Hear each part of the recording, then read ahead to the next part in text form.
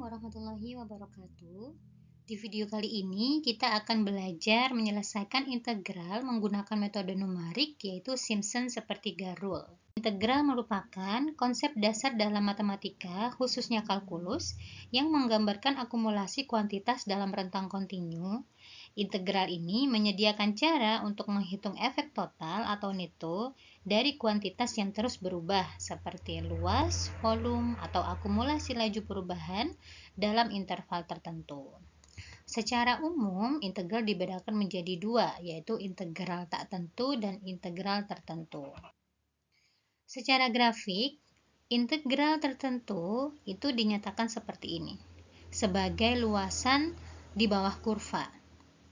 Misalkan kita punya kurva fx ini, kemudian integral dari fx dari a sampai b itu dinyatakan seperti ini. Integral dari fx batasnya dari a sampai b ya. Jadi a itu merupakan x-nya ya, x sama dengan a, b adalah x sama dengan b. Maka integral ini akan menghasilkan luasan di bawah kurva. Untuk menyelesaikan integral ini bisa dilakukan menggunakan metode analitik ataupun metode numerik. Pada kali ini kita akan fokuskan di metode numerik. Metode integrasi numerik digunakan ketika dalam prakteknya tidak memungkinkan untuk menentukan solusi analitik secara eksak dari suatu integral. Sehingga diperlukanlah metode numerik ini. Ada beberapa kondisi di mana metode numerik digunakan ketika fungsi yang diintegralkan itu sangat kompleks atau tidak memungkinkan diselesaikan menggunakan metode analitik. Contohnya seperti ini. Jadi integral dari e pangkat x pangkat 3 dx batasnya dari 0 sampai 1. Nah, kalau kita lihat integral e pangkat x pangkat 3 ini tidak bisa diselesaikan secara analitik. Begitupun untuk yang ini.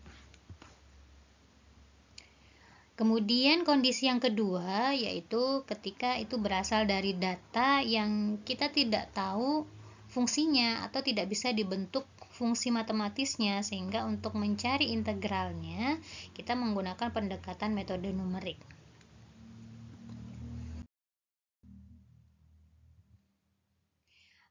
Beberapa teknis yang secara umum digunakan dalam menentukan integral secara numerik yaitu ada teknik midpoint rule, ada trapezoidal rule, ada Simpson sepertiga rule, dan ada Simpson 3/8 rule ya. Cuma di sini tidak kita bahas.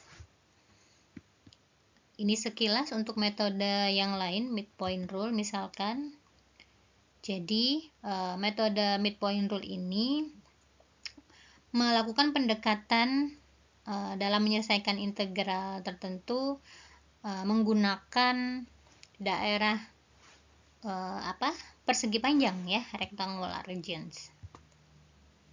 Kalau trapezoidal berarti pendekatannya menggunakan bentuk trapesium, jadi luasan dari trapesium. Kalau Simpson sepertiga rule ini merupakan extension dari trapezoidal rule.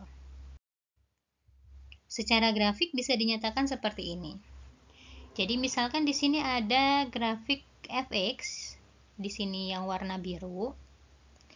Kemudian kita akan mencari integralnya dari a sampai b, berarti haruslah di bawah kurva, begitu ya. Karena kita menggunakan pendekatan metode midpoint rule, maka kita tentukan dulu titik tengahnya dari jarak ini. Kita ambil titik tengahnya. Titik tengah itu didapatkan dari A ditambah B dibagi 2, atau dalam hal ini adalah C. Lalu integralnya itu menggunakan rumus persegi panjang. Jadi panjang kali lebar. Panjangnya itu dari A sampai B yang bisa dihitung dengan cara B dikurangi A. Lebarnya adalah ini. Oke. Dalam hal ini adalah FC. FC itu berarti C dimasukkan ke fungsi fx, nanti dapat FC-nya.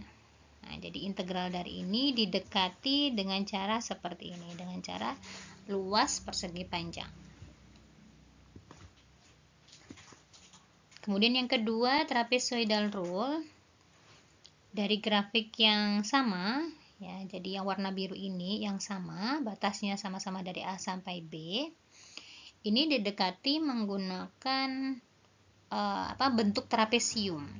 Jadi, untuk mencari luasannya, ya kita gunakan rumus luas trapesium, yaitu sebelah sini ya, AFA ditambah FB dikali jarak ini dibagi 2.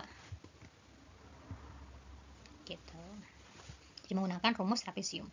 Kemudian Simpson sepertiga rule ini pendekatan dari bukan pendekatan ya, extensionnya dari trapezoidal rule. Di yang pertama kita bisa tentukan dulu jarak dari A sampai C, C sampai B, dan ini besarnya sama. Kita simbolkan sebagai H.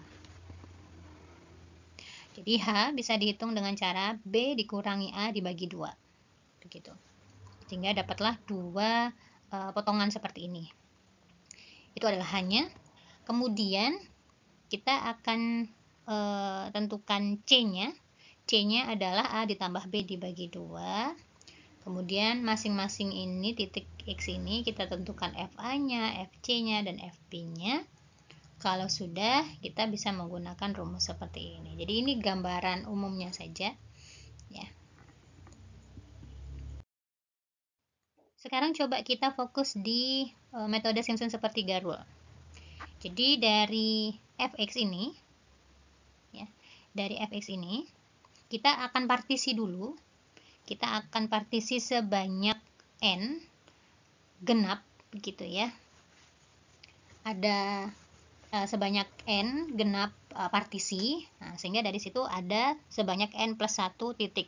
Artinya gini. Jadi kalau dalam suatu kurva ini kita bagi jadi misalkan 4 seperti ini ya, 1 2 3 4. Nah, ada 4 partisi. Berarti dari 4 partisi ini kita punya 5 titik, 1 2 3 4 5. Jadi sebagai catatan bahwa partisinya kita harus bagi ke angka genap ya. 4 6 8 dan seterusnya. Oke, kalau sudah kita masukkan ke rumus Simpson sepertiga rule. Nah, Simpson sepertiga rule tuh asal mulainya gini. Jika integral fx dx batasnya A sampai B, kemudian kita partisi jadi 4 seperti ini, maka dengan sifat integral ya, kita bisa pecah-pecah. Jadi batasnya dari x0 sampai x2, kemudian nyambung x2 sampai x4, gitu. Kalau misalkan sampai 6, dia dilanjutkan x4 sampai x6, begitu. Nah, kalau sudah dibagi-bagi seperti ini, masing-masing ini kita hitung menggunakan rumus Simpson sepertiga rule, yaitu H/3 dikali fx0 ditambah 4 kali fx1 ditambah fx2. Begitupun untuk yang ini, berarti H/3 dikali fx2 ditambah 4 kali fx3 ditambah fx4. Kalau misalkan sampai 6 tadi ya, berarti ditambah H/3 dikali fx4 ditambah 4 kali fx5 ditambah fx6. Begitu. Jadi kalau kita lihat polanya, yang dikali dengan 4 itu adalah fx untuk x-nya yang ganjil. Posisi yang ganjil. Gitu. Nah, kalau diuraikan kan seperti ini. Bisa kita gunakan rumus langsungnya saja, yaitu seperti ini. Jadi, dengan menerapkan metode Simpson sepertiga rule, integral dari fx dx batasnya dari A sampai B itu nilainya dapat didekati dengan cara H/3 dikali fx0 ditambah fxn, untuk n-nya genap ya, n yang terakhir genap, ditambah 4 kali fx untuk x ganjil ditambah 2 kali fx untuk x yang genap. Kalau kita simpulkan, Simpson sepertiga rule ini, yang pertama kita perlu memilih n, dan n-nya harus bilangan genap. Untuk membagi intervalnya menjadi subinterval ya, kita harus bagi dengan angka genap. Kita hitung ini. Begitu. Dimana H-nya itu adalah B dikurangi A per N. Kemudian XI plus 1. Jadi kalau kita diketahui X0 itu sama dengan A, berarti X1-nya adalah ya X0 ditambah H. Begitu. X2 berarti X1 ditambah H. Begitu. Kemudian kita tentukan nilai fx0-nya atau dalam hal ini fa, fxn-nya atau dalam hal ini fb, dan kita masukkan ke rumus tadi. Lalu kapan estimasi errornya berlaku untuk Simpson sepertiga rule? Jadi misalkan integral yang ingin kita selesaikan adalah integral fx dx, mohon maaf ini ada dx-nya ya, fx dx dari a sampai b. Jika turunan keempat dari fx ini kontinu di dalam interval a sampai b, dan jika M4 adalah nilai maksimum dari turunan keempat dari nilai interval ini ya, dari a sampai b, maka untuk n sub interval dari a sampai b, estimasi errornya adalah b kurangi a. Ya, jadi estimasi errornya yaitu kurang dari sama dengan B kurangi A pangkat 5 dikali nilai maksimum dari turunan keempat dibagi 180 kali N pangkat 4. Ingat untuk N-nya tadi adalah jumlah subinterval. Ya. Error estimasi ini digunakan ketika kita ingin tahu seberapa banyak N subinterval yang kita punya jika kita ingin errornya kurang dari nilai toleransi. Digunakan juga untuk mengevaluasi seberapa akurat hasil dari integral yang didekati menggunakan metode Simpson sepertiga rule. Tujuannya untuk menyediakan nilai estimasi seberapa dekat hasil aproksimasinya dengan nilai integral yang sebenarnya. Gitu. Semakin kecil nilai error ininya ya, error ES-nya, maka semakin dekat nilai aproksimasi kita dengan nilai yang sebenarnya. Gitu.